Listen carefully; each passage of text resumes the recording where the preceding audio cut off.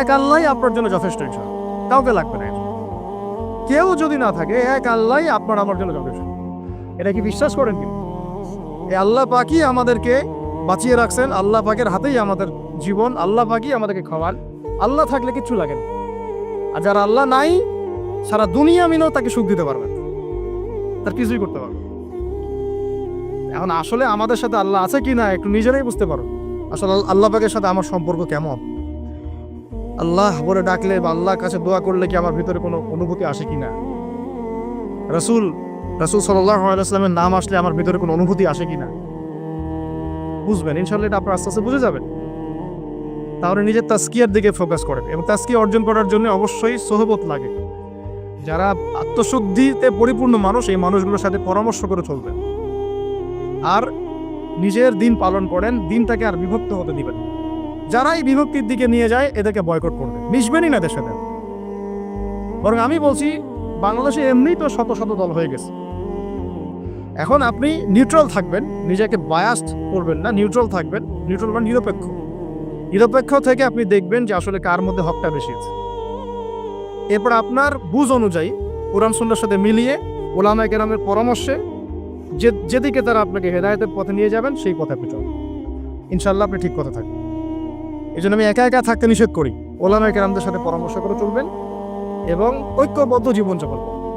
আর কিছু ভাইয়ের মধ্যে যদি খারাপ কিছু থাকে, তাদেরকে একদম আন্ডারএস্টিমেট করে ধুয়ে রেখে দেওয়ার দরকার। কারণ যার মধ্যে খারাপ কিছু আছে, ওর মধ্যে ভালোও কিছু আছে। খোলা মনে ভালোগুলো নিয়ে নেবেন, খারাপগুলো আপনি ছেড়ে দিবেন। এখন বলতে পারে, আপনি কিভাবে বুঝবেন ভালো কোনটা খারাপ কোনটা? নিজে পড়বেন, নিজে জ্ঞান অর্জন করবেন, আল্লাহ পাক বিবেক দিয়েছেন, বোঝার চেষ্টা করবেন এবং আলেমদের সাথে পরামর্শ করবেন। ব্যাস, আল্লাহ পাক এরপরে আপনাকে যে পথে নিয়ে যাবেন ইনশাআল্লাহ সেই পথে আপনি চলবেন। উম্মার বিভক্তি বাড়ানো। এরপরে যখন অর্থনীতির মধ্যে ঢুকবেন, ব্যবসা বাণিজ্য, রিজিক, চাকরি বাকরি, জান চলে গেলেও হারাম খাবেন না। আল্লাহ পাক তৌফিক দান করেন, আপনাকে তৌফিক দেখ, আমাকেও তৌফিক দান। কারণ আমরা সবাই হারাম খাচ্ছি অ্যাভেলার, আমি নিজেও ফিল করি। হারাম না খেলে আমাদের দোয়া কবুল হইতো। দোয়া যে কবুল হচ্ছে না, বোঝেন কি না? কাবা ঘরে দোয়া হচ্ছে বিগত প্রায় 40-50 বছর থেকে। আল্লাহ কে মুক্ত করে দাও, মুসলিম ভাইদেরকে সাহায্য করো, নুসরা নাজিল করো। আপনি দোয়ার কি বরকত দেখতে পারতেছেন? দোয়ার কি ইম্প্যাক্ট পড়তেছে? রিজিক হারাম, রিজিক অনেক সময় হারাম হয়ে যাচ্ছে আমাদের। এমনকি হজের মতো মৌসুমে, উমরার মতো মৌসুমে আমরা যে গোষ্ঠগুলো খাচ্ছি বাইরে, এগুলা যে কতটুকু আল্লাহর নামে জবাই করছে আল্লাহ ভালো দেয়। ভাবতে হবে তো, এগুলা পারতেছি না। আমি সত্যি বলতেছি যে আমরা হালাল খাইতেও পারতেছি না। মনে হয় চেষ্টা করতে হবে 100% হালালের উপর থাকার। যদি আল্লাহর নামে জবাই না করা হয় সেটা কি হালাল হবে? যদি আমার টাকার মধ্যে সুদ থাকে হালাল হবে? যদি আমার টাকার মধ্যে ঘুষ থাকে হালাল হবে? বাংলাদেশের লক্ষ লক্ষ মানুষ নামাজ পড়ে মসজিদে ঘুষখোর। বাংলাদেশের লক্ষ লক্ষ না, কোটি কোটি মানুষ মসজিদে নামাজ পড়ে, মুসল্লি সুদখোর। অনেক মসজিদ কমিটি আছে সুদখোর। ভাই, আমার কথা বলতে কোনো ভয়ে কাজ করে না, আর আমি কারো পরোয়া করি না। সত্য কথা বল, এক আল্লাহ স্যার। বাংলাদেশে লক্ষ লক্ষ মানুষ আছে মসজিদে নামাজ পড়ে সুদখোর, ঘুষখোর, দুর্নীতিবাজ, করাপ্টেড। আমাদের কথা বলছি, দাড়ি টুপি বলা মানুষ, আমরা বহু দাড়ি টুপি বলা মানুষ আছি, সমাজে চলাফেরা করি, আমাদের রিজিক ঠিক নেই, হারাম খাচ্ছি। দোয়া কবুল হবে? আল্লাহ পাক আমাদেরকে হারাম থেকে বাঁচান, হারাম থেকে বাঁচান। এরপর পরিবার যখন গঠন করতে যাবেন, ভুল করে পরিবারে অনইসলামিক কোনো মতাদর্শকে স্থান দিবেন। পরিবারের বউ বাচ্চা যেন পর্দা করে, খেয়াল রাখতে হবে। বিয়ে শাদী করার সময় খেয়াল রাখতে হবে কোন মেয়েটাকে বিয়ে করছে। একটা মেয়ের বাহ্যিক সৌন্দর্য সবকিছু না। 3 মাস 4 মাস খুব মজা লাগবে, তারপর দেখবেন যখন আসল লাইফে আমরা ঢুকে যাই তখন দেখবেন দায়িত্ববোধটাই সবচেয়ে বড় কথা হয়ে দাঁড়ায়। এই রওনাক চলে যাবে, দিনদারিতা না থাকলে এই রওনাক চলে যাবে। মেয়ে দিনদার কিনা এটা দেখবেন সবাই। দিনদার হলে যদি একটু গায়ের রং কালো হয়, বিয়ে করে ফেলেন, বিয়ে করে ফেলেন। বিয়ে তো কঠিন করে ফেলছে সমাজ, জেনা সহজ হয়ে গেছে। মোস্তফা কামাল আতাতুর্ক যখন ক্ষমতায় আসছিল না, আমি সংবিধান চেক করলাম আজকে পড়তে পড়তে এক জায়গায়, ওই সময়কার সংবিধান তুরস্কের মোস্তফা কামাল আতাতুর্ক যখন 1918 সালের পরে ক্ষমতায় আসছে, ওকে তো ক্ষমতায় বসাইছে ব্রিটেন। এ তো জানেন হিস্ট্রিটা, আপনারা অনেকেই জানেন যারা পড়াশোনা করেন। ও সংবিধানে লিখেছে যে একাধিক বিয়ে করা হারাম, আর অমুসলিম নারীকে বিয়ে করাও বৈধ। সব উল্টাই দিছে। আমাদের সমাজে এখন ওইরকম চিত্র দেখা যাচ্ছে যে আপনি 17 বছরে বিয়ে করতে পারবেন, 17 বছরে আপনি জেনা করছেন, আল্লাহ মাফ করুক। বাংলাদেশে 17 বছর বয়সে জেনা করা ছেলে মেয়ের অভাব আছে? আদমশুমারির মতো এই কুমারিত্ব টেস্ট যদি করা হয় ছেলে মেয়েদের, তারপর দেখা যায়। তো বিয়েটাকে সহজ করা উচিত। বিয়ের বয়স একটা ফিক্স করা হয়েছে, এর সাথে তো আমরা এখন যুদ্ধ করতে পারবেন? ছেড়ে দেন, আচ্ছা ফিক্স করছে বুঝলাম। এখন ওই বয়সটা হয়ে গেলেই আপনার সন্তানের বিয়ের ব্যবস্থা করে ফেলেন এবং এটাকে সহজ করে দেন, এত জটিল করেন না, সহজ করে দেন যাতে করে ওরা জিনা থেকে বেঁচে থাকতে পারে। ভাই বিশ্বাস করেন, বহু দাড়ি টুপিওয়ালা মানুষ, এলেমওয়ালা মানুষ এইসব মিম্বরে দাঁড়ায় হক কথা বলতে পারে না জেনার কারণে। এই যে আমরা চলাফেরা করতেছি না, চোখের জেনা তো হচ্ছে অ্যাভেলেবল, অনেক সময় মনেরও জেনা হয়ে যাচ্ছে। মনে খারাপ চিন্তা চলে আসতে পারে, দেখবেন মনের নূরটা নষ্ট হয়ে যায়। তখন আপনার ইমানের ওই তেজটা কাজ করে। ভালো করে খেয়াল করে দেখুন, যখন মনের মধ্যে এই নূরটা নষ্ট হয়ে যায়, কিছু একটা নগ্ন মেয়েকে দেখে ফেলছেন বা একটা মেয়েকে দেখে আপনার অ্যাট্রাকশন তৈরি হয়ে গেছে, হতে পারে, আমরা তো ফেরেশতা না, হতেই পারে। তখন দেখবেন মনের মধ্যে নূরটা নষ্ট হয়ে যায়। ওই সময় আপনি কিন্তু এই ইমানের এই জাজবাটা শো করতে পারেন। তখন নবী সাল্লাল্লাহু আলাইহি ওয়াসাল্লাম বলেছেন, তখন যদি বাসায় স্ত্রী থাকে, তোমরা স্ত্রীর কাছে চলে যাবা, নিজের প্রয়োজন মিটাই নিবা, তাহলে এই শয়তানির মন থেকে চলে যাবে। তো বিয়ে করিনি, এটা মিটাবে কিভাবে? অনলাইনে ঢুকলেই দেখবেন আপনি নগ্নতা। এই ছেলে পেলে আমাদের সাথে যারা ঢাকায় থাকে, এরা যাতে আরো জান কি আছে, কি হয়। ছেলে নাই আর মেয়ে নাই, ও নিজে ছেলে। একটা মেয়ের যে চরিত্র খারাপ এটা বোঝার জন্য এতটুকু যথেষ্ট যে ও মোটর সাইকেলের পিছনে বসছে কিভাবে, এটা দেখবেন। একটা আপনার শালীন দিনদার স্ত্রীকে নিয়ে যদি আপনি মোটর সাইকেলে জানো, দেখবেন তার বসার ধরনটা কেমন, আর যাদের সাথে এই যে ফ্রি মিক্সিং এ প্রেম প্রীতির সম্পর্ক করে, এদের বসার ধরনটা কেমন। বসাই আপনাকে বলে দেবে কত বড় বেয়াদব, কত বড় আদবহীন, বেহায়া একান্ত।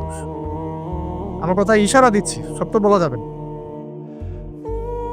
তো এটাকে সহজ করবেন, এখানে দিনদারিতাকে প্রাধান্য দিবেন, ভুলেও দুনিয়াদারিকে প্রাধান্য দিয়েন না। ও বাপের কয় টাকা আছে, ওর বিয়ে করলে আমি পাবো কি, কত সুন্দর ঐশ্বরিয়া রায়ের মতো কিনা, এইগুলো দেখার দরকার। এগুলো থাকে না, আস্তে আস্তে চলে যায়, দিনদারিতা থেকে যায়। ইব্রাহিম আলাইহিস সালামের স্ত্রীদের কথা আজকে আমরা স্মরণ করি না? হাজেরা আলাইহিস সালাম, তার ওই সবর, সাফা মারওয়ার সাই, তাওয়াক্কুল আল্লাহর কাছে এত পছন্দ হয়েছিল যে কিয়ামত পর্যন্ত যত মানুষ হজ করবে, সাই না করলে হজ হবে না। ঠিক আছে, ওনার ওই হাঁটা দৌড়াদৌড়ি আল্লাহর কাছে এত পছন্দ হয়েছে। আপনি জামজাম কূপ ওখানে যে তাওয়াফ করছেন না, তাওয়াফ করে যে পানি খেয়ে আসলেন, সাফা মারওয়া সাই করলেন, এই সাই না করা পর্যন্ত আপনার হজই হচ্ছে না, ওমরাই হচ্ছে না। একজন দিনদার মেয়ের দিনদারিতা আল্লাহর কাছে কিভাবে কবুল হয়ে থাকে, আমাদের মেয়েদেরকে বুঝান, বাসায় গিয়ে বোনদেরকে বুঝান, মাদেরকে বুঝান, স্ত্রীদেরকে বুঝান, তাদেরকেও একটা উদ্দেশ্য আল্লাহ পাক সৃষ্টি করেছেন। কি উদ্দেশ্য? তারা যেন ইসমাইলের মতো প্রজন্ম জন্ম দিতে পারে। তাদেরকে সিরিয়াল দেখার জন্য পড়ানো হয়, তাদেরকে এই রং তামাশা করার জন্য আর স্নো পাউডার মেখে বাইরে ঘোরার জন্য পড়ানো হয় নাই। এবং এটাকে কন্ট্রোল তো আমাদেরকে করতে হবে। এই যে বললাম, কন্ট্রোল করতে গিয়ে যদি দেখেন পারতেছেন, আপনার দ্বারা হচ্ছে না, তখন কি প্রয়োজনে ডিসকানেক্টেড হয়ে যাবেন, তাও নিজের দিনকে ক্ষতিগ্রস্ত হতে দিবেন। কিছু করেন নাই তো, চেষ্টার উপর চেষ্টা করে যাচ্ছেন আপনি 10 বছর, 15 বছর, 5 বছর, 7 বছর, কোনো রেজাল্ট পাচ্ছেন না। আপনি কি করবেন? দিন ছেড়ে দেবেন? আপনিও তাদের মতো হয়ে যাবেন? আপনাকে আপনার স্বতন্ত্র জায়গায় থাকতে হবে। আল্লাহ পাক তৌফিক দান করুন। আর ইসলাম সংশোধনের মধ্যে সমাধান আসলে আলহামদুলিল্লাহ। এরপরে বাচ্চা কাচ্চা যেগুলো হবে, এগুলো পয়েন্ট মনে রাখবেন, পড়াশোনা থেকে নিয়ে এই পর্যন্ত বাচ্চা কাচ্চা যেগুলো হবে, এক একটা বাচ্চাকে আগামী দিনের যোদ্ধা হিসেবে গড়ে তুলবে। কি যুদ্ধ করবে তারা? আগে আদর্শিক যুদ্ধ করবে, আদর্শিক যুদ্ধ করবে, যে আমরা ওইসব আদর্শে চলি না, আমাদের নিজস্ব আদর্শ আছে, এটা ইসলাম। আমাদের কিতাব আছে কোরআন, আমাদের সুন্নাহ আছে মুহাম্মদ সাল্লাল্লাহু আলাইহি ওয়াসাল্লামের সুন্নাহ। এরা বৈষয়িক শিক্ষাও শিক্ষিত হবে, ইসলামিক শিক্ষাও শিক্ষিত হবে ইনশাআল্লাহ। এরপরে এদের দ্বারা ইনশাআল্লাহ এমন জেনারেশন আমরা গড়ে তুলব, যে জেনারেশন আগামী দিনে ইসলামের পতাকা বহন করবে। আমরা যেটা পারি নাই, পারি, চেষ্টা চালাবো আমাদের বাচ্চাদেরকে গড়ে তুলবো ইনশাআল্লাহ। করা যাবে না? আল্লাহ পাক আমাদেরকে এই সব উদ্দেশ্যে দুনিয়াতে পাঠাইছে। এভাবে ইনশাআল্লাহ আমরা এলেম অর্জন, তাসকিয়া অর্জন, আমল বাড়িয়ে দেওয়া, হালাল খাওয়া, পরিবার গঠন করা, প্রজন্ম গঠন করা, এই কাজগুলো করতে করতে করতে আমরা আগাবো ইনশাআল্লাহ। এবং এখন যা চলছে এই ফিতনাগুলো থেকে আমরা নিজেদেরকে দূরে রাখার চেষ্টা করি। আর যেখানে যেখানে যেখানে মুসলিমদের এগেনস্টে এই কাফের, মুশরিক, জালেম, মুনাফিকরা পদক্ষেপ নেবে, আমরা আমাদের সাধ্য মতো এটাকে প্রতিহত করব। হয় জবান দিয়ে প্রতিহত করব, নাহলে লিখে প্রতিহত করব, নাহলে কোনো সাহায্য করে প্রতিহত করব, নাহলে অ্যাটলিস্ট দোয়া করে প্রতিহত। কিছুই নাই, কমপক্ষে কি করবেন? দোয়া করুন। কিছু নাই, কমপক্ষে দোয়া করুন। কিন্তু কোনো অবস্থাতেই আত্মসমর্পণ করবেন না। ওদের সামনে কোনো অবস্থাতেই জালেমের সামনে হাঁটু গেড়ে দিবেন। মাথা উঁচু করে বাঁচবো ইনশাল্লাহ, মাথা উঁচু করে নেব। এই জেনারেশনকে কে বুঝাবে যে মোবাইল থেকে দূরে থাকতে হবে? বিনা প্রয়োজনে ফোন ইউজ করবা না, বিনা প্রয়োজনে ফোনে হাতও দিবা না। একটা ছবি তুললে কি হয়? হাজারে আসওয়াদ গুনাহ মাফ হয়। একটা ছবি তুললে কি গুনাহ মাফ হয়? কোনো নেকি হয়? এটা কি পরকালে সুপারিশ করবে? এই মোবাইলের আসক্তির কারণে এই যুব সমাজের চিন্তার ক্ষমতা নষ্ট হয়ে গেছে। বিশ্বাস করেন আমার কথা, আমার কথা বিশ্বাস করেন। এই মোবাইল আসক্তির কারণে এই যুব সমাজ আর চিন্তাই করতে পারে না। সারা দিন ফোনে ব্যস্ত, সারাটা দিন সময় পাইলেই ফোন। আর ফোনে কি? YouTube, Facebook, WhatsApp, Instagram. আমাদের বাপদাদার, এই যে ভাইদের বয়সী যারা যারা এখন 40, 45, 50 এজের মধ্যে আছেন, যারা এই দেশ চালায়, সমাজ চালায়, অর্থনীতি চালায়, তাদের চেয়ে এদের চিন্তা শক্তির লেভেল অর্ধেকেরও কম। আমি আপনাদেরকে গ্যারেন্টি দিচ্ছি, এখন যদি আরেকটা মুক্তিযুদ্ধ হয়, আল্লাহ না করুক, তাহলে এই তরুণ প্রজন্ম কিছু করতে পারবে। আপনি আমার কথা বিশ্বাস করেন। টিকটকের একটা ভিডিওর জন্য এদের কাণ্ডকীর্তি দেখলে মনে হয় যেন মানুষ না গরু না ছাগল, কি আসলে। আর আমরা তো ঢাকা শহরের মতো শহরে থাকি, একটা টিকটকের ভিডিও বানানোর জন্য এরা যে কি করে চিন্তা করতে হবে। কাপড় খুলে ল্যাংটা হয়ে নাচে একটা টিকটকের ভিডিও করার। একজন আলেম দিন আসছে, তাকে মানে মোবাইলে বিরক্ত করতে করতে তার লেকচারের টপিকটাই নষ্ট করে। আর আমরা যে ওস্তাদদের কাছে পড়াশোনা করি, আমি জীবনে আমার ওস্তাদকে এটা বলার সাহসই পাই নাই, ওস্তাদ আপনার সাথে একটা ছবি তোলা যাবে? আমি আল্লাহ কসম করে বলছি, আমি এই পর্যন্ত, আমি যার কথা বলছি তিনি এই উপমহাদেশের অন্যতম একজন শ্রেষ্ঠ মুহাদ্দিস। আমরা তাদের কাছে যাওয়া আসা করি পড়াশোনার জন্য, তিনি জ্ঞান শেখার জন্য। আজ পর্যন্ত আমি কোনোদিন বলতেও পারি নাই যে উস্তাদ আপনার সাথে একটা ছবি তুলতে চাই। বিশ্বাস করেন।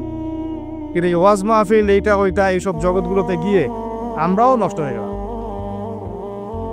মানুষের মধ্যে নূর, তাসকিয়া, আদব, মসজিদের আদব কায়দা, ভদ্রতা সব নষ্ট হয়ে গেছে।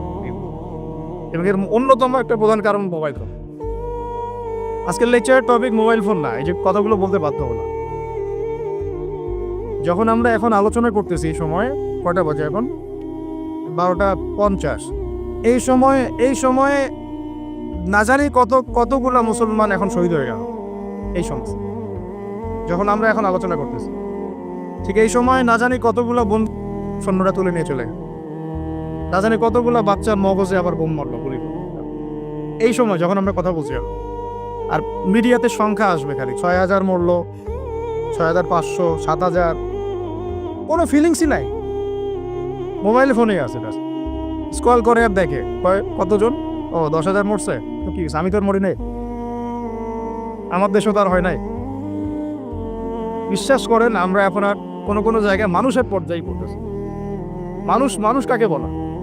যার আবেগ অনুভূতি আছে, যার ব্যক্তিত্ব গায়রত আছে, যার সম্মানবোধ আছে, রুচিবোধ আছে, মুসলিম উম্মাহ কাকে বলে? যার একটা অংশে আঘাত লাগলে আর এক অংশ ব্যথা পাবে নাকি ভাই? ভুল বললাম না ঠিক বল? একটা মুসলিম উম্মাহ মানে কি? একটা অঙ্গে আঘাত লাগছে আর একটা অঙ্গ ব্যথা পাবে। আদতে কি হচ্ছে? প্যারালাইজড। ওই যে বলি না প্যারালাইজড, আমাদের মধ্যে প্যারালাইসিস ঢুকে গেছে। জুমার খুতবার সময় এমনি অল্প 5 মিনিট নষ্ট করলাম, আল্লাহ মাফ করুন। সরাসরি কিছু কথা আপনাদেরকে বলি, একদম সরাসরি। আমরা এখন এমন একটা সময় আছি, এই যে এই শেষ জামানায়, এই যুগে ফিতনা থেকে বাঁচা চারটাখানি কথা। আর এই ফিতনা থেকে বাঁচতে না পারলে জান্নাতে যাওয়া যাবে না। এই ফিতনাগুলো শুধু রাষ্ট্রে আর বিশ্বেই নাই, আমাদের রিজিকেও ঢুকে গেছে, পরিবারেও ঢুকে গেছে, সমাজও ঢুকে গেছে, ধর্মেও ঢুকে গেছে। আমি সরাসরি কথা বলছি, রাষ্ট্র, বিশ্ব, অর্থনীতি, সমাজ, পরিবার, ধর্ম আর সংস্কৃতি, এমন কোনো ক্ষেত্র বাকি নাই যেখানে ফিতনা ঢোকে নাই। এখান থেকে বাঁচা চারটাখানি কথা না। এখান থেকে বাঁচতে হলে আমাদেরকে প্রথমে যেটা করতে হবে, আগে দিনের জ্ঞান অর্জন করতে হবে। আপনি এই জেনারেশনকে জিজ্ঞাসা করেন, আমাদের স্বপ্ন তো এই জেনারেশনকে নিয়ে নাকি? যাদের বয়স 50 হয়ে গেছে তারা আর কি করতে পারবেন দিনের জন্য? হয়তো তারা 20-30 বছর পৃথিবীতে থাকবেন হাইয়েস্ট, আল্লাহ ভালো জানেন। আগামী বিশ্বকে কে নেতৃত্ব দিবে? যাদের বয়স এখন 20 থেকে 40 অথবা 10 থেকে 30, এই তো এই জেনারেশনকে আপনি দেখেন তাদের কত % কোরআন তেলাওয়াত করতে জানে। আপনি এই যে আজকে যারা আসছে সবার কোরআন তেলাওয়াতের টেস্ট নেন, একজন আলেমের সামনে বসান, একজন করে ডাক, দেখেন সূরা ফাতিহা পড়তে পারে কবে।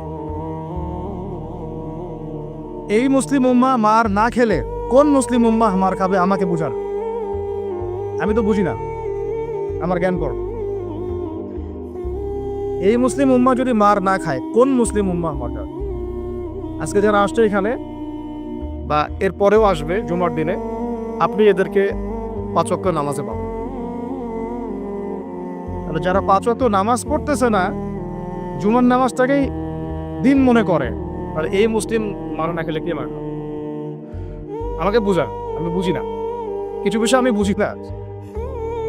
আবার যারা নামাজ পড়ে তাদের আখলাক, ব্যক্তিত্ব, আখলাক, চরিত্র, সুন্নতের জীবনযাপন, আমরা বলি না সুন্না মাফিক জীবনযাপন, রাসূলের সুন্না মাফিক জীবনযাপন, কতজনের মধ্যে চেহারা, সুরতে, পোশাকে, আশাকে, কথাবার্তায় সুন্নত আছে। তো যে জাতি তার নবীর সুন্নত ভুলে যায়, সে জাতি কিভাবে বিশ্ব শাসন করবে আর কেন সে মায়ের খাবে না? আমাকে বোঝা সম্ভব? তাহলে প্রথম নসিহতটা ভাই পড়াশোনা করতে হবে। আর পড়াশোনা শুরু হবে কোন কিতাব থেকে? তাড়াতাড়ি কোরআন পড়া শুরু করেন, হাতে সময় কম, তাড়াতাড়ি শুরু করেন। প্রত্যেকটা জেলায় জেলায়, গ্রামে গ্রামে, ইউনিয়নে, প্রত্যেকটা জায়গায় মসজিদ, মাদ্রাসা, মক্তব প্রতিষ্ঠা করেন।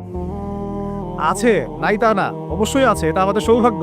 প্রত্যেক জেলায় মাদ্রাসা আছে, প্রত্যেক জেলায় মাদ্রাসা আছে, মহিলা মাদ্রাসা আছে, বক্তব্য আছে, আরো অনেক কিছু আছে, দারুল ইলমগুলো আছে। কিন্তু আমরা আমাদের সন্তানদেরকে পাঠাচ্ছি কি না? আমরা আমাদের বাচ্চা কাচ্চাদেরকে পাঠাচ্ছি কি না? আমাদের যুবকরা সেখানে আসে কি না? আপনারা তো ফ্যান্টাসিতে অনলাইনে দিন শিখতে চান। 3টা মাস কোনো আলেমের কাছে বসে কি ক্লাস করেছেন? কখন একটা কিতাব কি পড়েছেন? অনলাইনে একটা ভিডিও দেখে কি শিখবেন? অনলাইনে দিন শিখতে গেলে আপনি এটাই শিখবেন, অমুক যা বললো তমুকের বিরুদ্ধে, আর তমুক যা বললো অমুকের। অনলাইন এটাই শিখবেন আপনি। আর এটার পিছনে এক শ্রেণীর ইউটিউবার, ফেসবুকারও দায়ী। শুধু সে ব্যক্তি দায়ী তা না, এরাও মিডিয়াও দায়ী আছে। অমুক যা বললো তমুকের বিরুদ্ধে, আর তমুক যা বললো অমুকের বিরুদ্ধে। মানুষ মজা পায়, ওর কন্টেন্টের ভিউ বেশি হয়, কামাই বেশি, দিনের তো ক্ষতি হয়ে গেল। আম জনগণের মধ্যে ইসলাম সম্পর্কে বিরূপ ধারণা সৃষ্টি হয়। বিশ্বাস করেন, আমি অনেক বড় বড় মহলে মেলামেশা করেছি এবং করেও যাই। আমি ফখর করছি না, অনেক সময় এমপি মন্ত্রীরাও পর্যন্ত ফোন করে কথা বলেন যে আপনি অর্থনীতি সম্পর্কে যা বলছেন এর সাথে আমরা একমত। অন্তত এই জায়গায় একমত, আলহামদুলিল্লাহ, তাও ভালো। আমি বলি পরের বিষয়গুলো পরে বুঝবেন, ওগুলোও বুঝবেন পরে ইনশাল্লাহ।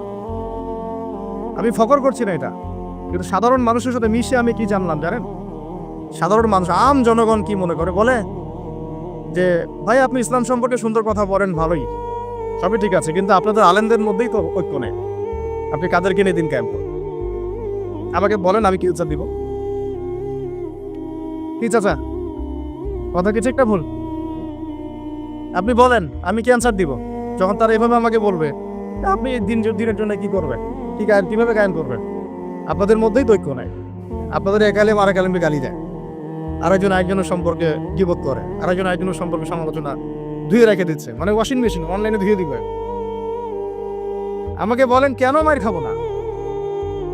এমনি তো ঐক্য নাই, তার মধ্যে মানে ঐক্য বিভক্তি বাড়ানোর জন্য আমরা উঠে পড়ে লাগছি।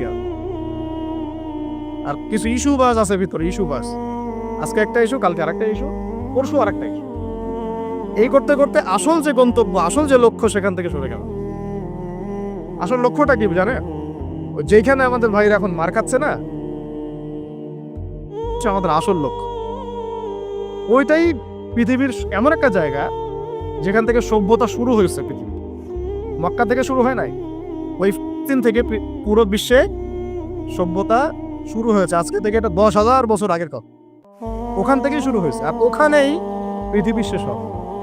ওইখানেই যতক্ষণ পর্যন্ত ঈসা আলাইহিস সালাম না আসছেন এবং ইসলামী খেলাফত আবার কায়েম না করছেন, কিয়ামত হবে না। এই যে আসল জায়গাটা থেকে আমাদেরকে সরাই নেওয়া হয়েছে না? কয়জন ভাবে এটা নিয়ে? কয়জন জানে বা এটা নিয়ে? জানেই বা কয়জন? কিছু মানুষ আছে সারা জীবন হাত বাঁধা নিয়ে আপনাকে ব্যস্ত করে রাখবো।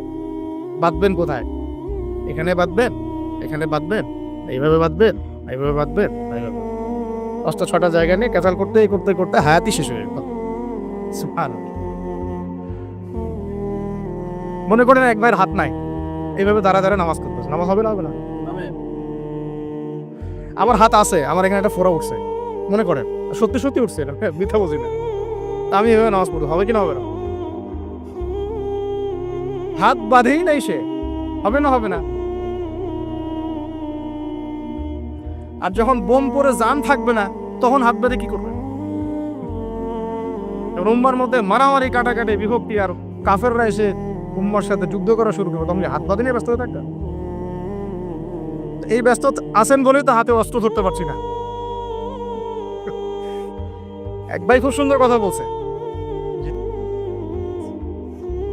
যে বাংলাদেশ থেকে এরকম কিছু শায়েক এবং মানুষকে হায়ার করা এবং এদেরকে ছড়িয়ে দেওয়া, তাহলে জীবনেও তিনি আর অস্ত্র হাতে নিতে পারে, ওরা এগুলো নিয়েই ব্যস্ত থাকবে।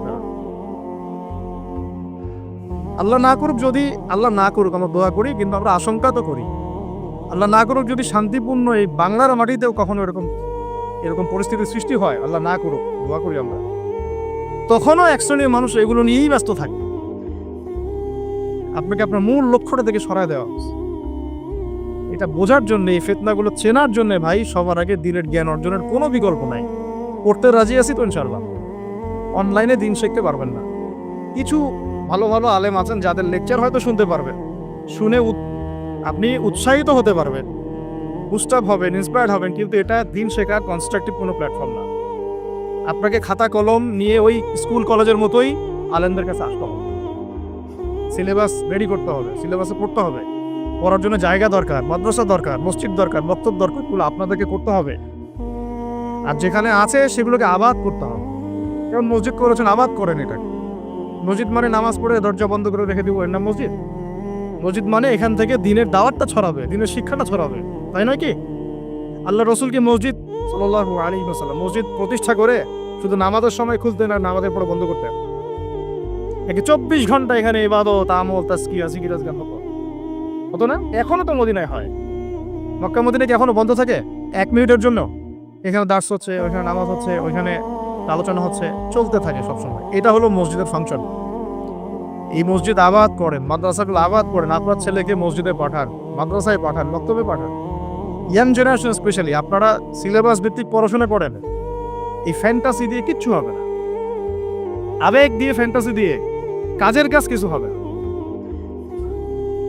খুব আবেগ লাগতেছে, খুব কষ্ট হচ্ছে আমার জন্য, খুব কষ্ট হচ্ছে পুরো বিশ্বের প্রেক্ষাপটে মুসলিমদেরকে দেখে, কিন্তু আপনি তো ইসলাম সচেতনের দিকে আসছেন।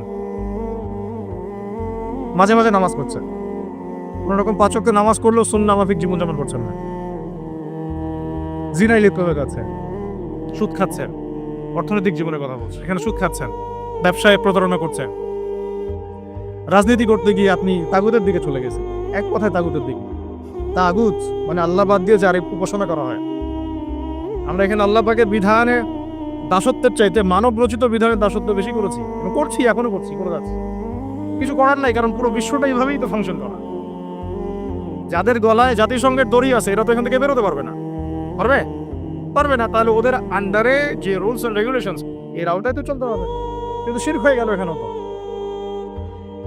শিরক হয়ে গেল। মার না খাওয়ার কোনো কারণ নাই আমাদের এখন। এই পর্যন্ত যে আমরা শান্তিপূর্ণভাবে নামাজ কালাম পড়তে পারছি আল্লাহ পাকের রহমত। বিশ্বাস করেন আল্লাহ পাকের খাস রহমত। জানি না কত বছর এই রহমত থাকবে এইভাবে যদি আমরা সতর্ক না হই। সতর্ক হওয়ার জন্যই বলছি ভাই, এগুলো নিয়ে আমরা অনেক ভাবি, না বুঝে না জেনে একটা শব্দ বলছি না। আল্লাহর কসম, আমি না বুঝে না জেনে না স্টাডি করে একটা কথা বলতেছি না। শেষ জামানার সবচেয়ে ইম্পর্টেন্ট জায়গা ওই, পুরো বিশ্বটা ওইখানে গিয়ে আস্তে আস্তে শেষ হয়ে যাবে। সামনে যত বড় বড় ঘটনা, মালহামা মানে মহাযুদ্ধ, তারপরে ইমাম মাহদির আগমন, তার আত্মপ্রকাশ, তাদেরকে নিয়ে বিশ্বটাকে শাসন করবে, তারপরে ঈসা আলাইহিস সালামের আগমন, সাথে মুসলিমদের যুদ্ধ, তারপরে ওই আবার বিজয় করা, ওইখানে ঈসা আলাইহিস সালাম আবার 40 বছর খেলাফত চালাবেন, 40 বছর। এই পুরো ঘটনাগুলো ওই জায়গা কেন্দ্র করা, আমাদের কোনো হদিসই নেই। আরো অনেক বিষয় আছে, কিন্তু মূল কথাটা হচ্ছে আমরা পৃথিবীতে হাসি থামাশা করতে, ঠাট্টা ছলনা করতে আসি না। আল্লাহ পাক প্রত্যেককে কিছু না কিছু দায়িত্ব দিয়ে পাঠাইছেন এবং আমাদের প্রত্যেককে আল্লাহ পাক পরীক্ষা করছেন, এবং এই হায়াতের রিজিকের নেয়ামতের আল্লাহ পাক আমাদের কাছে পাই পাই করে হিসাব দিবেন। এই যে শ্বাস নিচ্ছে একটা শ্বাস, এই একটা শ্বাসের হিসাব আল্লাহ পাক নিবেন। একদিন নবীজি একটা বাগানে ঢুকলেন, তিনি ক্ষুধার্ত, সাথে আবু বকর সিদ্দিক। আবু বকর, তোমার বাসায় কি খাবার আছে? ইয়া রাসূলুল্লাহ, আমার বাসায় খাওয়া নেই। তো চলো। ওমর, রাস্তায় ওমরের সাথে দেখা। ওমর, কি অবস্থা? ইয়া রাসূলুল্লাহ, ক্ষুধার্ত, বাসায় খাবার নেই, আমার বাসায় খাবার। তিনজনে হাঁটতে হাঁটতে ঢুকলেন তালহা রাদিয়াল্লাহু আনহুর বাগানে। সেখানে মাশাআল্লাহ ঠান্ডা পানি খেলেন, খেজুর খেলেন, তৃপ্তি করে খেলেন। মাশাআল্লাহ, সে বাগান অনেক সুন্দর, বড় ছিল। খেয়ে নবী সাল্লাল্লাহু আলাইহি ওয়াসাল্লাম বললেন, সুম্মা লাতুসআলুন্না ইয়াওমাইযিন আনিন নাঈম, যে অবশ্যই কিয়ামতের দিন আল্লাহ পাক এই ঠান্ডা পানি সম্পর্কেও আমাদেরকে জিজ্ঞাসা করবেন। আমরা প্রস্তুত নিঃশ্বাসের জবাব দেওয়ার জন্য, হিসাব দেওয়ার জন্য, পানির হিসাব দেওয়ার জন্য? ঠান্ডা পানিতে গোসল করে আসছেন আজকে সবাই, তৃপ্তি পেয়েছেন। শুকরিয়া কখন আদায় হয় যে আল্লাহ পানি নাজিল করেছে, এই জন্য তোমার শুকরিয়া। খেলাম 4টা ভাত, এই 4টা ভাত নাই। আমার কথা বিশ্বাস করেন, কথাগুলো আমি কলিজা থেকে বলছি। আমি জীবনে খাওয়ার হাতে নিয়ে 2 দিন কেঁদেছি। একদিনের ঘটনা আমি বলতে পারবো না, এটা কিয়ামতের মাঠে দেখা যাবে।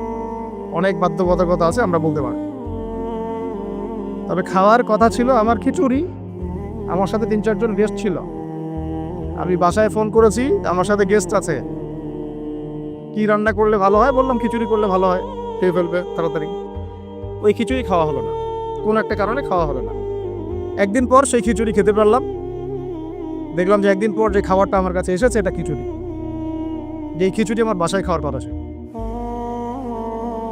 ওই দিন ওইটা দেখে আমার চোখ দিয়ে পানি পড়লো যে এই খাবারটা আমার এখানে খাওয়ার কথা ছিল, অন্য কোনো খাবার। আর একদিন এই যে 8 তারিখ না 9 তারিখে যখন আমরা আমার বাসায় খাবার নিয়ে আসছে, রোজা করলে তো খাইতে ভালো লাগে নাকি বল? ইফতার করার পরে খাবারটা খেতে ভালো লাগে না? শান্তি লাগে। রুটি, গরম গরম রুটি, খাসির গোশত, খুব ফেভারিট খাবার মুসলিমদের।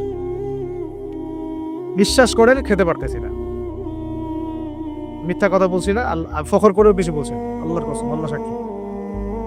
কারণ আমাদের বাচ্চারা তো খেতে পারছে না ওখানে, আমার বোনরা খেতে পারতেছে না, আমার ভাইরা খেতে পারতেছে না। ওরা খাচ্ছে একটা জিনিসই, বুলেট আর আকাশ থেকে বোম। আমরা তৃপ্তি করে খাচ্ছি, একবার ফিকিরও হয় না যে এর জন্য আল্লাহ শুকরিয়া আদায় করতে হবে, আমাদের কৃতজ্ঞতা স্বীকার করা উচিত, ওদের কষ্টে আমাদের ব্যথিত হওয়া উচিত। খাবারটুকু পাঠাতেও তো পারছি না, যে আমরা সবাই 10-20 টাকা করে তুলে 1 কোটি টাকা ফান্ড একটা কালেক্ট করে পাঠাই দিব, এই সুযোগটাও তো পাচ্ছি না। এত সহজ কি ব্যাপারটা? কে যাবে, কে দিবে? আর যারা কাজ করছে তারাও অথেন্টিক কিনা আসলে এই জায়গায় যাচ্ছে কিনা, ওরা পাচ্ছে কিনা, চতুর্দিক থেকে অবরুদ্ধ যায়। আমরা সবাই মিলে আমাদের ভাই বোন শিশুদেরকে ওখানে মরার জন্য ছেড়ে দিয়েছি। এটাই সত্য কথা, এবং এর জন্য পুরা উম্মাকে জবাব দিতে হবে, পুরা উম্মাকেই জবাব দিতে হবে। সবচেয়ে বড় জবাব দিতে হবে আরবের নেতাদেরকে, আশপাশের যারা নেতা আছে এদের, আরবের যে নেতারা আছে এদেরকে বিগত 70 বছর ধরে এরা যা যা করেছে এর উত্তর দিতে হবে, জবাব দিতেই হবে, কোনো উপায় নাই। আমাদেরকেও দিতে হবে, প্রত্যেক রাষ্ট্রপ্রধানকে দেওয়া লাগবে, যে লিখতে পারতো লিখে নাই তাকে দেওয়া লাগবে, যে বলতে পারতো বলে নাই তাকেও দেওয়া লাগবে, যার অস্ত্র দেওয়ার ক্ষমতা ছিল দেয় নাই তাকেও বলা লাগবে, যার মিলিটারি পাওয়ার ছিল সে চাইলে ওখানে ইন্টারভেন করতে পারতো সে করে নাই তাকেও বলতে হবে। আর যারা ওদের সাথে আতাত করে বন্ধুত্ব করেছে এরা তো মুনাফিক, পাক্কা মুনাফিক। এরাই তো তারা যারা কাফেরদের সাথে যার নামে তলদেশে থাকবে, মুসলিমদেরকে বাদ দিয়ে মুনাফিক বন্ধুত্ব করেছে, যে না আমাদের ভাই বোনদেরকে মেরে ঝাঁঝরা করে ফেলাচ্ছে, আমি ওর সাথে বন্ধুত্ব করতে পারি? কি বলে আপনাদের ইমান? আর এই কথাগুলো কি উগ্রবাদী কথা হয়ে গেল? সত্যি কথা, আর সত্যি কথা বলার পরে কি হবে সেটা তো দেখার দরকার নেই, আল্লাহর কাছে আমাকে জবাব দিতে হবে, এটাই আমার ফিকির। তো যারা দোয়া করতে পারবে তারা যদি দোয়া না করে আল্লাহর কাছে জবাব দিতে হবে, যারা বলতে পারে যদি না বলে আল্লাহর কাছে অ্যান্সার দিতে হবে, যারা খাবার পাঠাতে পারতো তারা পাঠায় নাই, আল্লাহর কাছে অ্যান্সার দিতে হবে। একটু ভেবে দেখেন না, আপনার যদি একটা বাচ্চা কখনো এমনি মারা যায় তাহলে আপনার কেমন লাগবে? আল্লাহ না করুক। একটা বাবার জন্য সবচেয়ে কষ্টের কোন সময়টা বলেন না? নিজের সন্তানকে দাফন করুন। আমরা তো কখনো করি নাই এটা, আমরা বুঝবো কিভাবে? যে ঘুমটাওয়ালা কিছু লোক বসে বসে অনলাইনে বলতেছে যে এগুলো ফিতনা, এটাই, ওরা কি কখনো নিজের সন্তানকে দাফন করেছে নাকি? কখনো কষ্ট স্বীকার করেছে নাকি? কখনো রিমান্ডে গিয়েছে নাকি? মায়ের খেয়েছে নাকি? কখনো জেল খাটছে নাকি? ও তো সুখে আছে, 3 বেলা খাচ্ছে দাচ্ছে, মাশাআল্লাহ, সুখে শান্তিতে জীবন যাপন। ও কি বুঝবে উম্মার কষ্ট? ও কি বুঝবে বাচ্চাদের কষ্ট, এই মা বোনদের কষ্ট? আর আমরা সর্বোচ্চ বলতে পারতেছি, ব্যাস, কিন্তু সচেতনতা তো তৈরি করা দরকার। আপনার ছেলে যদি বলে ওখানে কি হচ্ছে, ওকে বলা উচিত, বাবা ওখানে কিছু শয়তান আছে, যে শয়তানগুলা আমাদের নিরীহ বাচ্চাদেরকে মেরে ফেলছে, তুমি যখন বড় হবা তোমাকে আল্লাহ পাক সামর্থ্য দিলে তুমি শয়তানগুলোকে মেরে ফেল। বাচ্চাকে শেখানো উচিত, ওরা 100 বছর থেকে ওদের বাচ্চাকে এগুলো শিখাইছে, ওরা 100 বছর থেকে ওদের বাচ্চাদেরকে শিখাইছে যে মুসলমানরা হচ্ছে পৃথিবীর সবচেয়ে জঘন্য প্রাণী, ওদেরকে যখনই দেখবা তখনই মারবা, ওদের সাথে শত্রুতা করা তোমার উপর ফরজ, এটা ওরা শিখাইছে ওদের বাচ্চাদের। আমাকে বলেন, কোনো মানুষ, একটা সুস্থ স্বাভাবিক মানুষ হাসপাতালে বোমা ফেলতে পারে কি? বলেন, সে হোক বা খ্রিস্টান বা হিন্দু বা বৌদ্ধ বা মুসলিম, মুনাফিক, যেই হোক, কোনো মানুষ কি হাসপাতালে বোম ফেলতে পারে? কিভাবে ফেলল? তাহলে কি পরিমাণ ক্ষোভ তারা ভিতরে ভিতরে লালন করে, আপনার কি বোঝার বাকি আছে? ওরা সুযোগ পাইলে একটাকেও ছাড়বে না, সবাইকে মেরে খাবে। এই জন্য অল্প অল্প করে আগাচ্ছে, অল্প অল্প, আস্তে আস্তে। আমি এটা নিয়ে বিস্তারিত আলোচনা করছি বিগত প্রায় 1 মাস থেকে, আরো 5 বছর থেকে বলে আসতেছিলাম। লাস্ট 1 মাসে আপনারা দেখছেন এখন কি হচ্ছে। ধারাবাহিক এরকম সেশন আসবে ইনশাল্লাহ, আরো অনেক কথা আছে। কিভাবে এই জায়গাটা রাষ্ট্র, এটা 4টাখানি কথা না, বিশাল হিস্ট্রি। এমন অনেক সময় হয়েছে, এগুলো কিছুই না, এমন অনেক সময় হয়েছে 1 দফাতে 2.5 লক্ষ মানুষকে মেরেছে তারা ওই জায়গাতে, 1 দফাতে। 1940 সালের কথা বলছি, এক্স্যাক্টলি 1939 সালের জুলাইয়ের দিকে কথা, 1939 সালের দিকে কথা। ওই সময় এরা ওখানে এদের মধ্যে প্রায় 2.5 লক্ষ মানুষকে মেরেছিল। 2.5 লক্ষ মানুষ উপরে কি মনে হয়? এভাবে যদি আমি পরিসংখ্যান দিতে থাকি, এখানে আজকে 3-4টা কথা, আমার কাছে কিতাবও আছে রেডি করা, এবং ইনশাআল্লাহ আল্লাহ পাক চাইলে ওটা পাবলিশও হবে ইনশাআল্লাহ। তখন আপনারা বাসায় পড়ে নিয়ে দেখেন কি হচ্ছে। তো মূল কথাটা হচ্ছে, ভাই আমি তো দোয়া করতে পারি, আমার তো করা উচিত, আমার ব্যথিত হওয়া উচিত, আমার কুনুতে নাজেলা পড়া উচিত। যদি আমার আরো বড় সামর্থ্য থাকতো, অ্যাটলিস্ট ওখানে ত্রাণ পৌঁছানো উচিত ছিল, বা আরো যদি বড় ক্ষমতা আল্লাহ পাক আমাকে দিতেন, তাহলে ওদের মুখের সামনে বলা উচিত ছিল এটা অন্যায়, জুলুম, এর প্রতিবাদে আমরা জাতিগতভাবে পাশে আছি, এবং মুসলিম রাষ্ট্রগুলোর ঐক্যবদ্ধ হয়ে একটা ফোরাম গঠন করা উচিত ছিল ওদের বিরুদ্ধে। কিসের শান্তি চুক্তি আর কিসের নেগোসিয়েশন? কোনো কথা আর বাকি আছে? এদের সাথে একটা ভাষাই বাকি আছে এখন, অস্ত্রের ভাষা, যুদ্ধের ভাষা। একটা ভাষাতেই কথা বলা বাকি আছে, আর কোনো ভাষাই নেই এদের সাথে কথা বলা। হাসপাতালে বোম ফেলে 600টা মুসলিম বাচ্চাকে হত্যা করে ফেলছে, তোমার সাথে কিসের কথা? একটা কথাই হতে পারে, সেটা হলো যুদ্ধের ভাষা, অথবা এই পুরো ভূমি থেকে তোমরা চলে যাবে পশ্চিমে, পুরা ছেড়ে দিবা। এটাই ছিল আমাদের ভাষা। কিন্তু বিগত 75 বছর ধরে আমরা এগুলো করতে পারি না। একটা দুটো বছর না রে ভাই, 75 বছর ধরে আমরা এগুলো করতে পারি। আমি এখানে গলা ফাটায় আমার আবেগ ঝেড়েও কি লাভ হবে তাও জানি না। অ্যাটলিস্ট আমরা আমাদের জবাবটা তো আল্লাহর কাছে দেওয়া লাগবে। আল্লাহ পাক আপনার অপারগতাও জানেন, আপনার সামর্থ্যের সীমাও জানেন। আল্লাহ পাক দেখবেন এর মধ্যে থেকে আপনি কি করেছেন, দেখবেন কি না? এখন ভাই আমাদের কি এইসব মোবাইল, সেলফি, হাবিজাবি এগুলোই জীবন? না, আমাদের কি চিন্তা করতে হবে? একটু চিন্তা করতে গেলে প্রথম সলিউশন পড়াশোনা করতে হবে, কোরআন পড়তে হবে। যে যাই বলুক কোরআন পড়লেই হয়ে যাবে, সেই হয়ে যাবে, সব কথা বাদ দেন, আপনি কোরআন পড়েন। যে যাই বলুক না কেন, কোরআন পড়তেই হবে আপনাকে। এর অনুবাদ আপনাকে পড়তেই হবে, তাফসীর আপনাকে ঘাটতেই হবে, পাশাপাশি নবীর হাদিসগুলো আপনাকে পড়তে হবে। অবশ্যই কোনো না কোনো আলেমের উদ্বাস্তুর মতো জীবনযাপন করবেন না। এই 10-20 জন সার্কেল নিয়ে ওলামায়ে কেরামদের মধ্যে যারা হক্কানি ওলামায়ে কেরাম, তাদের কাছে এসে পরামর্শ করে চলাফেরা করবেন, যাতে আপনি বিভ্রান্তির শিকার না হন, পরামর্শ করতে পারেন। বাংলাদেশে কি আলেম ওলামার অভাব আছে? যত তাদের মধ্যে বিভক্তি থাক, যতই তারা একে অপরের সাথে কলুশনে থাক না কেন, যত দল থাক, তারপরেও আপনি ওলামায়ে কেরামের সাথেই থাকেন। তারপরে তাদের জবাব তারা দিবে, বাট আপনি আপনার জায়গার দায়িত্বটা পালন করবেন এবং হকপন্থী চিনে নেবেন।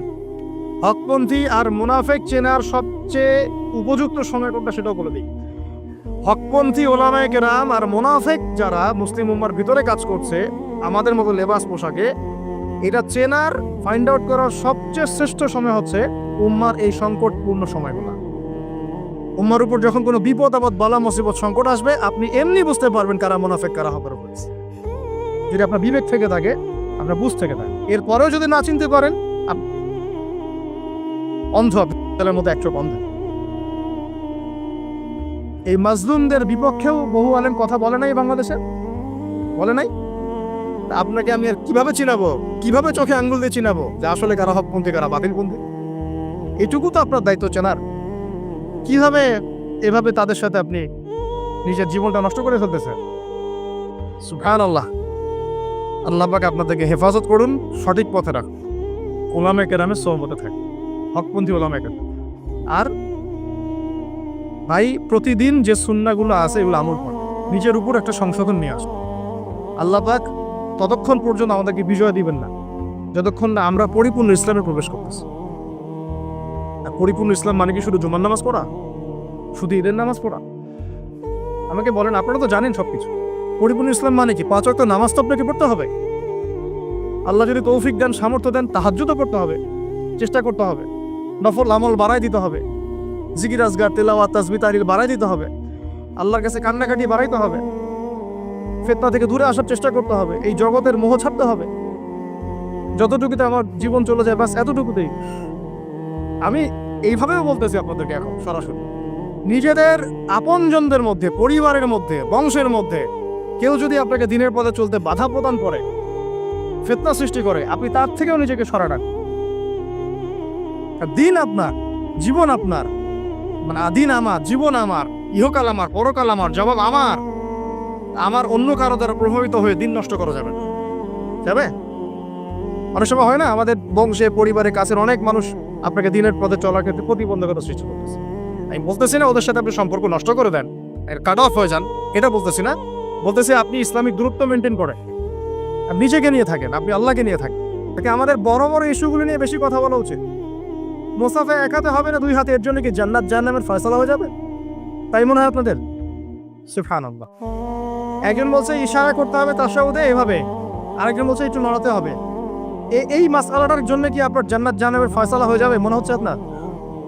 অথচ আকীদার ঠিক নাই, এদিকে আমলের ঠিক নাই, অর্থনৈতিক জীবনের ঠিক নাই, মুআমালাতের ঠিক নাই, সম্পত্তির বন্টন মেরাসে ঠিক নাই, এগুলো ঠিক নাই, এবং আল্লাহর জমিন, আল্লাহর দিন বাস্তবায়নের কোনো চেষ্টাই নাই, অথচ এগুলো নিয়ে ব্যস্ত হয়ে আছে। আল্লাহ পাক আমাদের বিচক্ষণতা দান করুন, দূরদর্শিতা দান করুন, আমিন। আসুন, মুসাফা করতে বলেছেন নবী, তারপরে বলবেন যে মুরহু, তাকে আদেশ করুন, এখানে আদেশ মানে হচ্ছে অনুরোধ করুন, তাকে আদেশ করুন বা অনুরোধ করুন, আইয়াস্তাগফিরুল্লাহ, সে যেন তোমার জন্য ইস্তেগফার করে। কে? যে ব্যক্তি হজ করে এসেছে, হাজি, তাকে সালাম দিবেন, মুসাফা করবেন, দিয়ে বলবেন যে ভাই আপনি আমার জন্য একটু দোয়া করেন। কারণ ফাইন্নাহু মাগফুরুল্লাহ, কারণ সে ব্যক্তি একজন ক্ষমাপ্রাপ্ত মানুষ। তবে একটা বিষয়, মানুষের সম্পদ আত্মসাৎ করে সুদের টাকা দিয়ে, ঘুষের টাকা দিয়ে, প্রতারণা, বাটপাড়ি, দুর্নীতির টাকা দিয়ে হজ করতে গিয়ে কতটুকু মাগফুর হয়ে আসা যাবে, এটা একটা প্রশ্নবিদ্ধ বিষয়। তো এই বিষয়গুলোকে ক্লিয়ার করে হজ করতে যাওয়া উচিত। আল্লাহ পাক আমাদেরকে তৌফিক এনায়েত করুন, আমিন। এই দিনের একটা প্রতিশ্রুতি আছে। কি প্রতিশ্রুতি?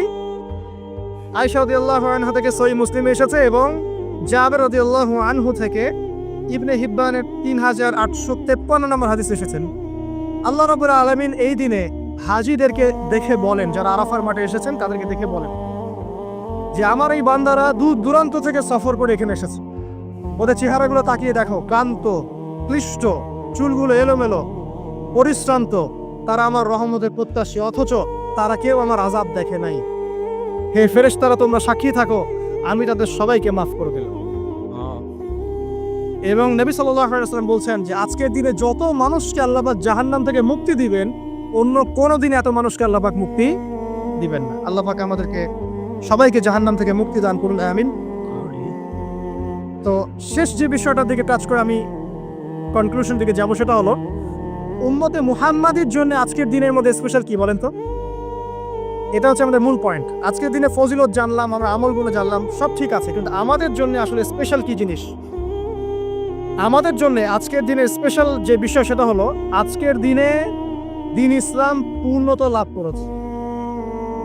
ইসলামের পূর্ণতা দিবস আজকে। 23 বছর দিন ইসলাম প্রচার করার পরে আজকের দিন আল্লাহ পাক বলেছেন দিন পূর্ণ করে দিলাম। বলছিলেন যে আজকের দিন এই আয়াতটা যদি আমাদের উপর নাজিল হতো, আমরা তাহলে ঈদ পালন করতাম। নবীজি বললেন এটা আমাদের ঈদের দিনই, এটাও আমাদের ঈদের দিন, সমস্যা। তো আমাদের সবচেয়ে ইম্পর্টেন্ট জায়গা এটা যে আজকের দিনে দিন ইসলাম পূর্ণতা লাভ করেছে। এখন ইসলাম যে পূর্ণতা লাভ করলো, এই দিবসটা কতজন জানে যে আজকের দিন ইসলাম পূর্ণতা লাভের দিন? আমরা অনেক দিবসের কথা জানি, আন্তর্জাতিক দিবস, জাতীয় দিবস, পারিবারিক দিবস, জন্মদিন, মৃত্যুদিন, হ্যাঁ, অনেক দিবসের কথা আমরা জানি। ইসলামের পূর্ণতা দিবস কতদিন জানেন? কতজন জানেন? দেখেন, সাংস্কৃতিক আগ্রাসন কোথায় আপনার মূল জায়গাটা নিয়ে যাওয়া হয়েছে। শেকড় ভুলে গেছে মানুষ। এখন মানুষ শেকড় ভুলে বিদেশিদের সংস্কৃতি লালন করছে, কোনো কোনো ক্ষেত্রে বিদেশি প্রভুদের দাসত্ব করছে। 23 বছর নবী সাল্লাল্লাহু আলাইহি সাল্লাম দিনের জন্য অক্লান্ত মেহনত করেছেন। ওহী আসার পর থেকে প্রথম 3 বছর গোপন দাওয়াত দিয়েছেন, একদম গোপনে গোপনে দাওয়াত দিয়েছেন। আবু বকর, ওসমান, ওমর, আলী, এরকম কিছু সাহাবী ইসলাম কবুল করেছেন। আস্তে আস্তে দাওয়াত প্রচার লাভ করেছে। যত প্রসার হয়েছে তত মানুষের অত্যাচার বেড়েছে। এক পর্যায়ে তাকে সাহাবী থেকে আবিসিনায় হিজরত করতে পাঠাতে হয়েছে। তারপর তিনি তায়েফে গিয়েছেন, ওখান থেকে রক্তাক্ত হয়ে মক্কায় এসেছেন। আবার সেখান থেকে ইয়াসরিব, মদিনায় গিয়েছেন। ইয়াসরিবের মানুষ ইসলাম কবুল করেছিল। তারা নবী সাল্লাল্লাহু আলাইহি ওয়াসাল্লামকে আশ্রয় দিলেন, সাহাবীদেরকে আশ্রয় দিলেন। নবীজি সেখানে গিয়ে একটা ইসলামিক কমিউনিটি গড়লেন, মসজিদে নববী গড়লেন, সেখানে অর্থনীতি স্ট্রং করলেন, সেখানে একটা ইমারা গঠন করলেন, সেখানে একটা জামা গঠন হলো। এরপরে যখন মুশরিকরা তাদেরকে আক্রমণ করতে শুরু করলো, তখন বদরের যুদ্ধ হয়ে গেল। তারপর উহুদ, তারপর খন্দক, তারপর আপনার যে হুদাইবিয়া, খাইবার, হতে হতে চলতে থাকলো। এক পর্যায়ে পররাষ্ট্রনীতি অ্যাপ্লাই করলেন। রোমের সম্রাটকে দাওয়াত দিচ্ছেন, মিশরের মুকাফিয়াসকে দাওয়াত দিচ্ছেন, পারস্যের খসরুকে দাওয়াত দিচ্ছেন, সব জায়গায় দাওয়াতি কাজ ছড়িয়ে পড়তে লাগলো। 23 বছর অক্লান্ত পরিশ্রম। এক পর্যায়ে এই যে শেষে, একদম জীবনের শেষ পর্যায়ে এসে তিনি বিদায় হজ করলেন। একটাই হজ করেছেন তিনি, নবী সাল্লাল্লাহু আলাইহি ওয়াসাল্লাম একটা হজই করেছেন জীবনে। এবং সেই হজের দিন যখন এই ভাষণ তিনি দিচ্ছেন, তখন আল্লাহ পাক এই আয়াতটা নাজিল করে দিনটাকে পরিপূর্ণতা দান করলেন। আজকের দিনের মূল শেকড়টা কোথায় বুঝতে পারছেন? এই 23 বছরের দাওয়াতি জীবনের পরিসমাপ্তি এখানে। আজকের দিনের পরে আসলে পূর্ণাঙ্গ কোনো সূরা নাজিল হয়নি। সর্বশেষ নাজিল হয়েছে সূরা নাসর, ইযা জাআ নাসরুল্লাহি ওয়াল ফাতহ। এরপরে বিচ্ছিন্ন দুই একটা আয়াত নাজিল হয়েছে, কিন্তু পূর্ণাঙ্গ আর কোনো সূরা নাজিল হয়নি। আজকের দিনের পর নবী সাল্লাল্লাহু আলাইহি ওয়াসাল্লাম মাত্র 80 বা 83 দিন বেঁচে ছিলেন। সর্বশেষ যে কথাটা আমরা শুনবো এখন সেটা হলো নবী করিম সাল্লাল্লাহু আলাইহি ওয়াসাল্লাম আজকের এই দিনে জনগণকে উদ্দেশ্য করে কিছু কথা বলেছিলেন। এই কথাগুলো বলে তিনি আজকের হজটা শেষ করেছেন। আমরা অনেকেই এই ভাষণটা সম্পর্কে জানি না। আমরা অনেক ভাষণ নিয়ে এখন গর্ব করি। নবী করিম সাল্লাল্লাহু আলাইহি ওয়াসাল্লামের এই যে সর্বশ্রেষ্ঠ ভাষণ, এটা কতজন জানেন? বিদায় হজের ভাষণ। কতজন জানেন বিদায় হজের ভাষণে নবী সাল্লাল্লাহু আলাইহি ওয়াসাল্লাম কি বলেছিলেন উম্মতকে? আমরা একটু আপনাদেরকে শোনাবো, শুনি ইনশাআল্লাহ লেকচারটা শেষ করব।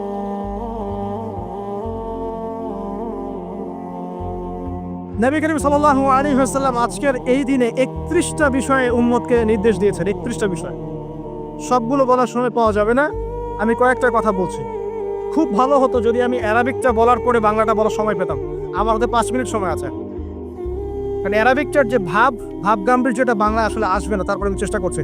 নবী করিম সাল্লাল্লাহু আলাইহি ওয়াসাল্লাম সবার সামনে দাঁড়িয়ে দীর্ঘ 23 বছর অক্লান্ত পরিশ্রম করে দাওয়াতি মিশন কমপ্লিট করার পরে সবাইকে সমবেত করে একটা হজ করলেন।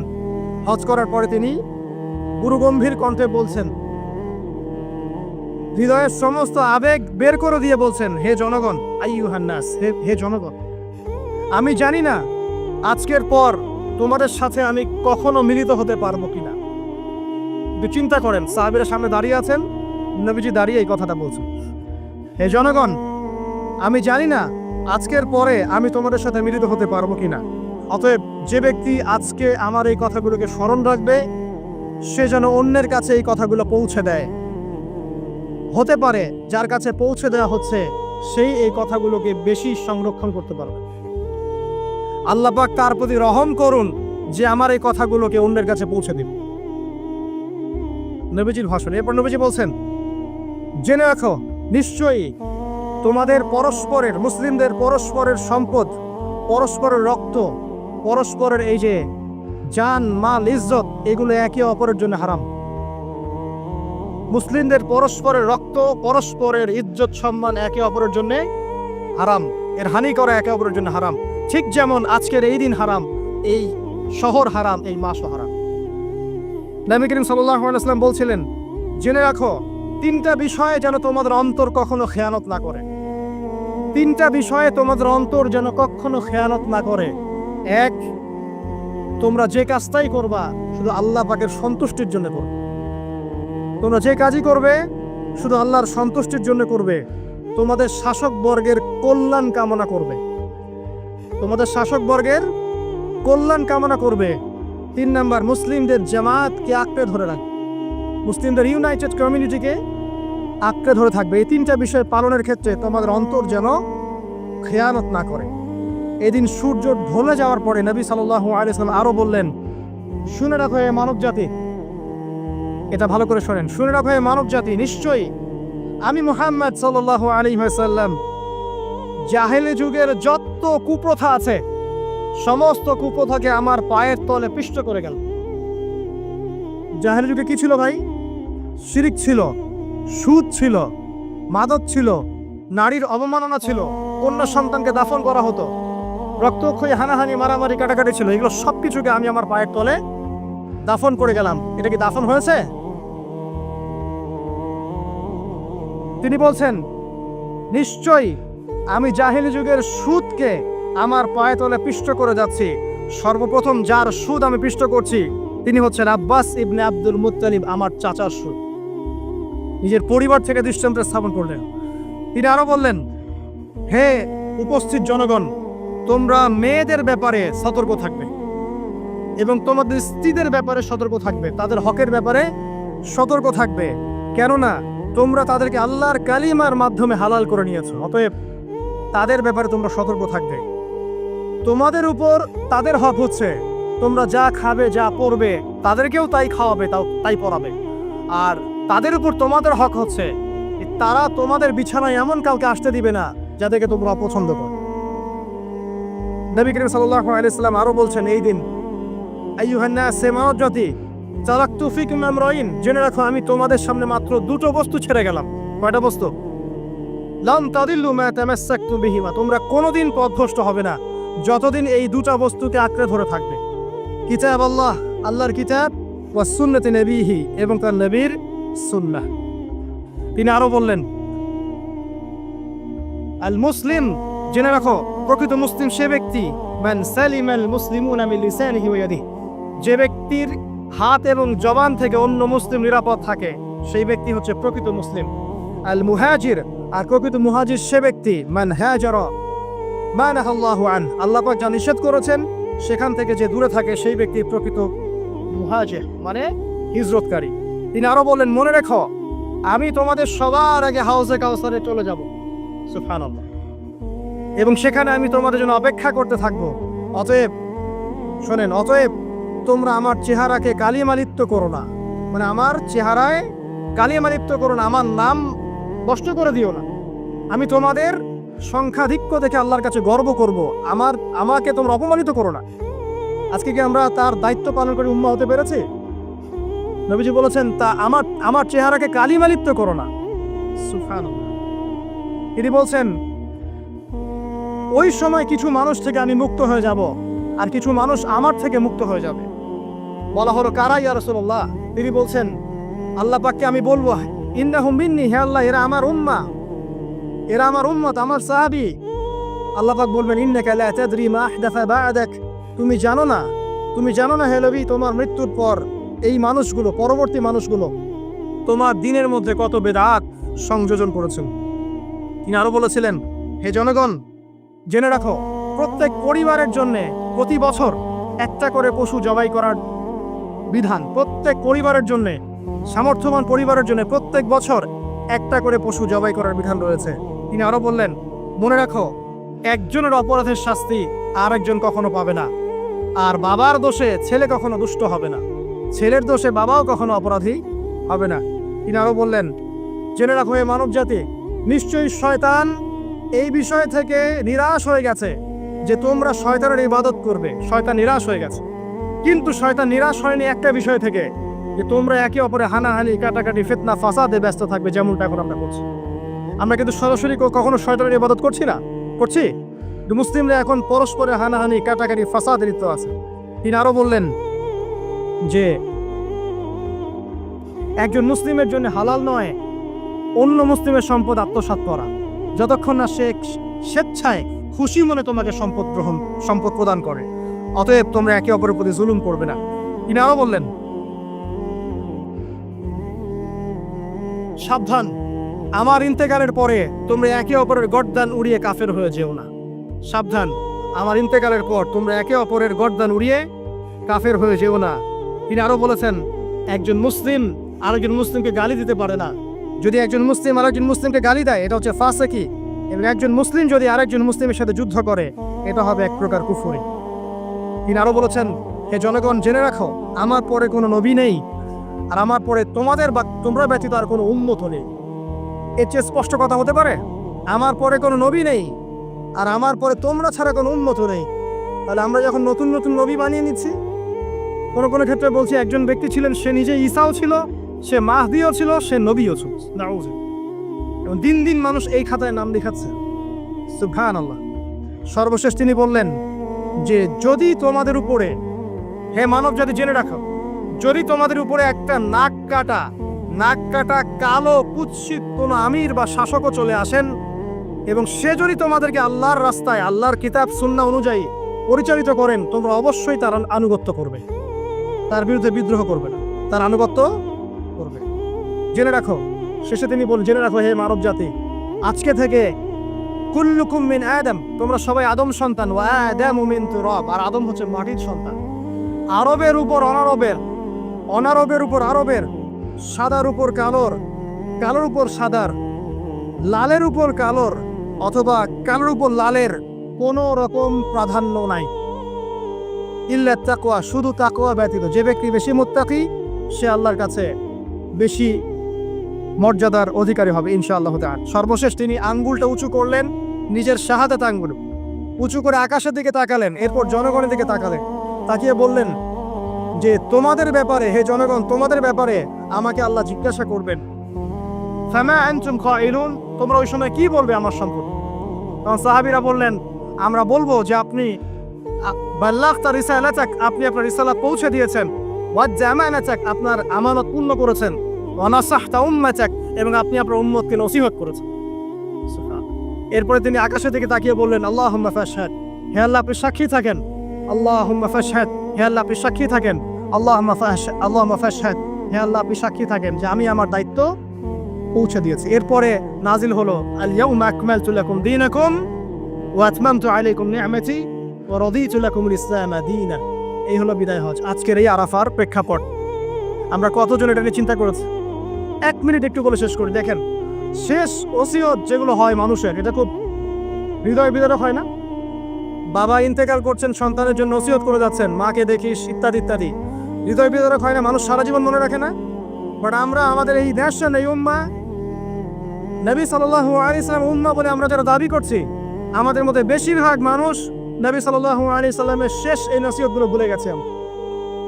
নসিহতগুলোর মধ্যে সবচেয়ে ইম্পর্টেন্ট ছিল শিরক থেকে দূরে থাকা, সুদ থেকে দূরে থাকা, মুসলিম ভেদাভেদ না করা, শাসকের কল্যাণ কামনা করা, বিদ্রোহ না করে শাসককে উত্তম নসিহত করা। এবং আরেকটা হাদিসে তিনি বলেছিলেন 5 ওয়াক্ত সালাত আদায় করবে, সাওম পালন করে রমজান মাসে, সাধ্যমতো সাদাকা করবে, মুসলিমদের জামাত আঁকড়ে ধরবে, ইনশাআল্লাহ হাসতে হাসতে জান্নাতে প্রবেশ করবে। আও কামা ক্বালা আলাইহিস সালাম। জাহেলি যুগের সমস্ত প্রথা ছেড়ে দেওয়া ছিল আজকের দিনের মূল মর্ম, আমরা ছাড়তে পারছি না। সুদ ছেড়ে দেওয়া ছিল মূল মর্ম, ছাড়তে পারছি না। শিরক থেকে বের হতে পারছি না। বেদাতীদের ব্যাপারে ধমক দেওয়া হয়েছে, বেদাত ছাড়তে পারছি না। খেয়াল করে দেখেন, মুসলিম হানাহানি কাটাকাটি এখনো ছাড়তে পারছি না। ইভেন ধর্মতাত্ত্বিকভাবে আমরা বহু দল এবং উপদলে বিভক্ত হয়ে গেছি, কারোর সাথে কারো ঐক্য নাই। সব মিলিয়ে নবী সাল্লাল্লাহু আলাইহি ওয়াসাল্লামের শেষ ওসিয়তগুলো, কিতাব এবং সুন্নাহ আঁকড়ে ধরা, এটা আমরা সবাই আঁকড়ে ধরতে পারছি না। আজকের এই দিবসগুলো এই জন্যই আল্লাহ পাক বারবার ফিরিয়ে দেন, যাতে করে এগুলো নিয়ে আলোচনা হয়, আমরা এগুলো জানতে পারি এবং আমল করতে পারি, এই চেতনাগুলো লালন করতে পারি, নিজেরাও শিখি, পরিবারকেও শেখাই, আগামী প্রজন্মকেও শেখাই ইনশাআল্লাহ তাআলা। আশা করছি ইনশাআল্লাহ আমরা যদি নাও পারি, একসময় এমন একটা প্রজন্ম আসবে যারা নবী সাল্লাল্লাহু আলাইহি ওয়াসাল্লামের উম্মার মতো উম্মাহ হবে ইনশাআল্লাহ। অতএব প্রিয় দিনী ভাইয়েরা, আসুন আজকের দিন, জুমার দিন, আমরা এই দিনে ইবাদতগুলো বাড়িয়ে দেই, আরাফা, সাওম এবং দোয়া, জিকির আজকারগুলো বাড়িয়ে দেই, একই সাথে আসন্ন কোরবানির প্রস্তুতি গ্রহণ করি, এবং আজকের দিনে, আরাফার এই দিনে হাজিদের সাথে আমরাও শরীক হয়ে আল্লাহর কাছে বলি যে আল্লাহু আকবার, আল্লাহু আকবার, লা ইলাহা ইল্লাল্লাহ, আল্লাহু আকবার, আল্লাহু আকবার, ওয়ালিল্লাহিল হামদ। এবং নবী করিম সাল্লাল্লাহু আলাইহি ওয়াসাল্লাম রেখে যাওয়া এই যে শেষ বাক্যগুলো, এগুলো সবার কাছে পৌঁছে দেই। যে ব্যক্তি পৌঁছাবে তার উপর আল্লাহ পাক রহম করবে ইনশাআল্লাহ। এবং নিজেরা আমল করার চেষ্টা করি। আল্লাহ পাক আমাদের সবাইকে নবী করিম সাল্লাল্লাহু আলাইহি ওয়াসাল্লামের আদর্শ উম্মাহ হওয়ার তৌফিক এনায়েত করুন, আমিন।